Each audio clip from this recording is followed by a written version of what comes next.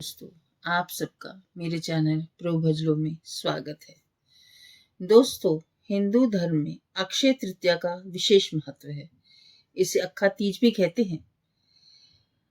अक्षय का अर्थ होता है जिसका अंत नहीं होता। मेरे जैनजी बच्चों के लिए इन्फिनिटी।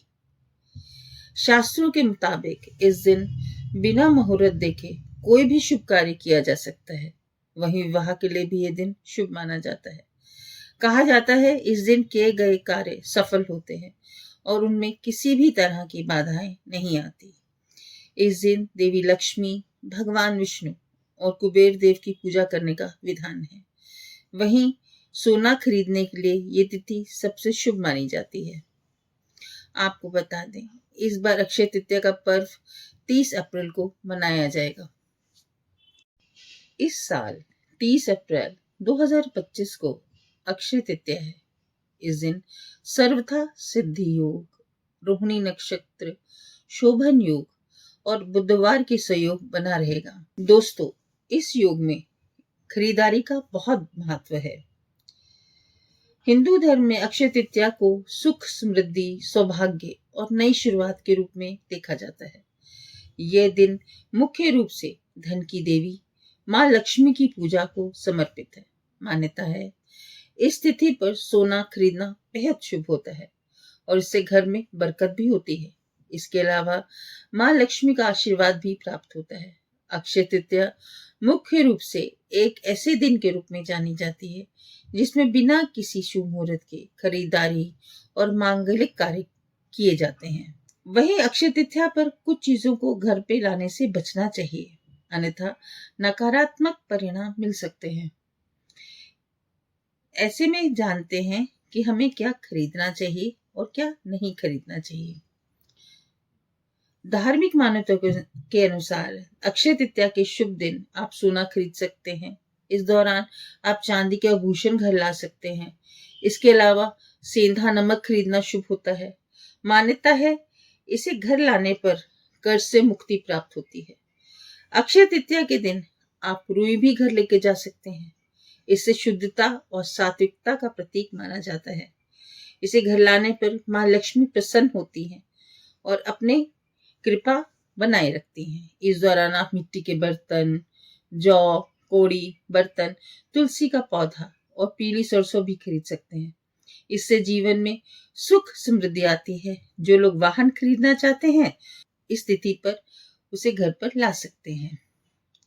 दोस्तों, कई चीजें ऐसी भी हैं जो उस दिन आप ना खरीदें तो अच्छा है, जैसे लोहे की चीजें, कांटेदार पौधा, धारदार और नुकीली चीजें, बासी मिठाई, काले रंग की टूटी फूटी वस्तुएं या टूटी फूटी वस्तुएं, पुराना या इस्तेमाल किया सामान ना खरीदें, अल्युमिनियम और स्टील के बर्तन। दोस्तों, अक्षय तृतीया पर आप इन चीजों का दान करें। दान करने का भी हमारे संस्कृति में बहुत महत्व माना जाता है। खरबूजा, ककड़ी, मिश्री, सत्तू, पंखे, पादुका यानी चप्पल, चावल, नमक, घड़े, कुल्हड़, घी, बेलपत्र, मौसमी फल, चटाई, छाता आदि। दोस्तों, आइए जानते हैं पूजा विधि। दोस्तों, 30 अप्रैल बुधवार को सुबह जल्दी उठकर स्नान आदि करने के बाद अक्षय तृतीया पूजन का संकल्प लें। शुभ मुहूर्त से पहले पूजा की पूरी तैयारी कर लें। शुभ मुहूर्त में किसी साफ स्थान पर भगवान विष्णु के साथ देवी लक्ष्मी की प्रतिमा या चित्र एक लकड़ी के पट्टे के ऊपर स्थापित करें। भगवान विष्णु और देवी लक्ष्मी के चित्र पर कुमकुम से तिलक लगाएं, फूलों की माला पहनाएं और शुद्ध घी का दिया जलाएं। अबीर, गुलाल, चावल, फूल, पान, फल, वस्त्र, नारियल आदि चीजें चढ़ाएं। मन में ओम श्रीं ह्रीं श्रीं कमले कमलाय प्रसीद प्रसीद श्रीं ह्रीं श्रीं ओम महालक्ष्मी नमः। दोस्तों, इस मंत्र का जाप करें। पूजा के बाद गाय के दूध से बनी खीर का भोग भी लगाएं, आरती करें और प्रसाद भक्तों में बांट दें। भगवान से सुख समृद्धि की प्रार्थना करें।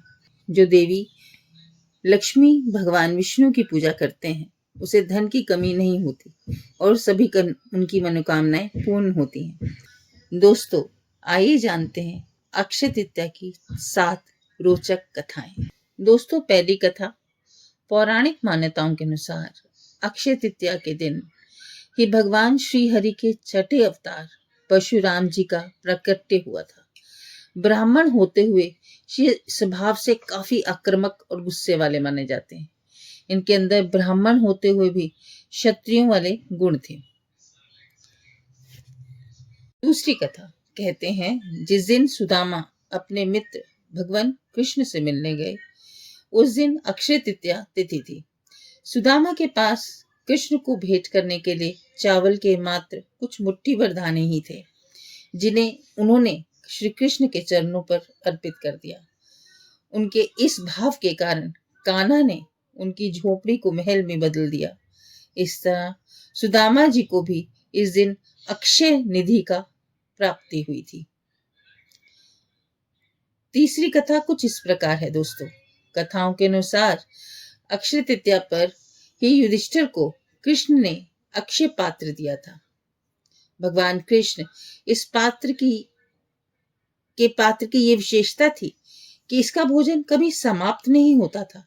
इसी पात्र की सहायता से युधिष्ठिर ने अपने राज्य के भूखे और गरीब लोगों को भोजन उपलब्ध कराया था। भविष्य पुराण में अक्षय पात्र का संबंध मनुष्य के दान धर्म से बताया जाता है। दोस्तों, चौथी घटना कुछ इस प्रकार है। अक्षय तृतीया के दिन ही महर्षि वेदव्यास ने महाभारत की कथा को सुनाना आरंभ किया था और गणेश जी ने इस कथा को लिखना आरंभ किया था। इस वजह से कहा जाता है कि महाभारत का युद्ध भी अक्षय है, जिसके कुछ उदाहरण आज भी कहीं कहीं देखने को मिल ही जाते हैं। पांचवी कथा कुछ इस प्रकार है। दोस्तों, भविष्य पुराण में बताया गया है कि अक्षय तृतीया को युगादि तिथि कहा जाता है। दरअसल इस दिन से त्रेता युग का आरंभ माना जाता है, इसलिए इस दिन को शुभ कार्यों के लिए सबसे शुभ मुहूर्त के तौर पर देखा जाता है। मान्यता है कि अक्षय तृतीया के दिन हम जो भी कार्य करते हैं उसमें हमें अक्षय फल की प्राप्ति होती है और वो पुण्य कभी समाप्त नहीं होता। छठी कथा कुछ इस प्रकार है। दोस्तों, महाभारत में द्रौपदी की चीरहरण की घटना सर्वाधिक चर्चित मानी जाती है।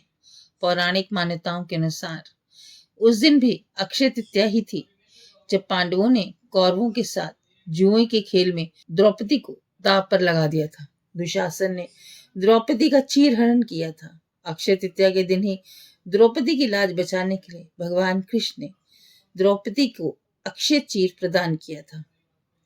सातवीं कथा। नारद पुराण में बताया गया है कि अक्षय तृतीया के दिन ही गंगा का धरती पर अवतरण हुआ था। तेज बहाव के साथ स्वर्ग से निकली गंगा नदी को शिवजी ने अपनी जटाओं में धारण कर लिया था और फिर भागीरथ के प्रयासों से देवी गंगा धरती पर अवतरित हुई थी। ये दोस्तों जानते हैं अक्षय तृतीया की व्रत कथा। अक्षय तृतीया की कथा कुछ इस प्रकार है।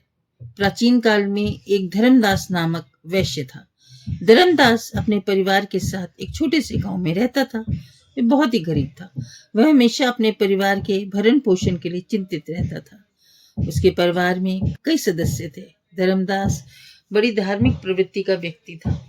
उसका सदाचार तथा देव एवं ब्राह्मणों के प्रति उसकी श्रद्धा अत्यधिक प्रसिद्ध थी। अक्षय तृतीया व्रत के महात्म्य को सुनने के पश्चात उसने अक्षय तृतीया पर्व के आने पर सुबह जल्दी जल्दी उठकर गंगा में स्नान करके विधि पूर्वक देवी देवताओं की पूजा की। व्रत के दिन सामर्थ्यानुसार जल से भरे घड़े, पंखे, जौ, सत्तू, चावल, नमक, गेहूं, गुड़, घी, दही, सोना तथा वस्त्र आदि वस्तुएं भगवान के चरणों में रख ब्राह्मणों को अर्पित कर दी। ये सब दान देखकर धर्मदास के परिवार वाले तथा उसकी पत्नी ने उसे रोकने की कोशिश की। उन्होंने कहा, अगर धर्मदास इतना सब कुछ दान में दे देगा तो उसके परिवार का पालन पोषण कैसे होगा। फिर भी धर्मदास अपने दान और पुण्य कमरे से विचलित नहीं हुआ। उसने ब्राह्मणों को कई प्रकार का दान दिया। उसके जीवन में जब भी अक्षय तृतीया का पावन पर्व आया, प्रत्येक बार धर्मदास ने विधि से इस दिन पूजा एवं दान आदि का कर्म किए। अनेक रोगों से ग्रस्त तथा वृद्ध होने के उपरांत भी उसने उपवास करके धर्म कर्म और दान पुण्य किए। यही वैश्य दूसरे अगले जन्म में कुशावती का राजा बना हुआ।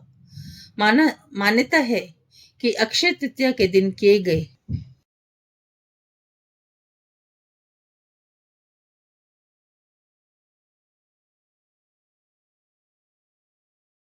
देव तक उसके दरबार में अक्षय तृतीया के दिन ब्राह्मण का वेश धारण करके उसके महायज्ञ में शामिल हुए।